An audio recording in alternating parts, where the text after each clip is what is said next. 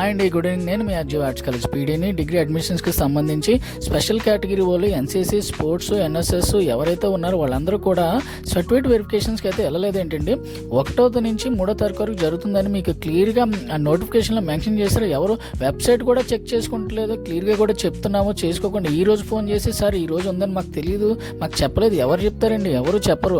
మీరు ఎప్పటికప్పుడు ఆ ఓఎండిసి వెబ్సైట్లో చెక్ చేసుకుంటూ ఉండాలి. చెక్ చేసుకోకపోతే ఎవరు చెప్పరండి. సీట్ వచ్చిందో కూడా తెలియదు.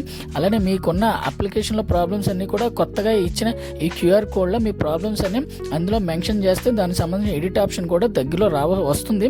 సో మీరు ఎప్పటికప్పుడు వెబ్సైట్ చెక్ చేసుకోవాలండి. ప్రతిదీ కూడా అర్థమానికి చెప్పడానికి మాకు ఇబ్బందిగానే ఉంటుంది, మీకు ఇబ్బందిగానే ఉంటుంది.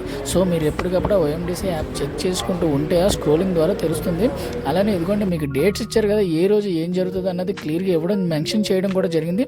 ఇవన్నీ మీరు ఎప్పటికప్పుడు చూసుకుంటూ ఉంటేనే మీకు అప్లికేషన్ అన్నది ఎలా జరుగుతుంది, సీట్ ఎప్పుడు వస్తుంది, ఏంటి అన్నది క్లియర్గా తెలుస్తుంది. మీరు అవన్నీ తెలుసుకోకుండా అస్తమానికి కాలేజీకి వస్తే ఎటువంటి ఉపయోగం ఉండదు.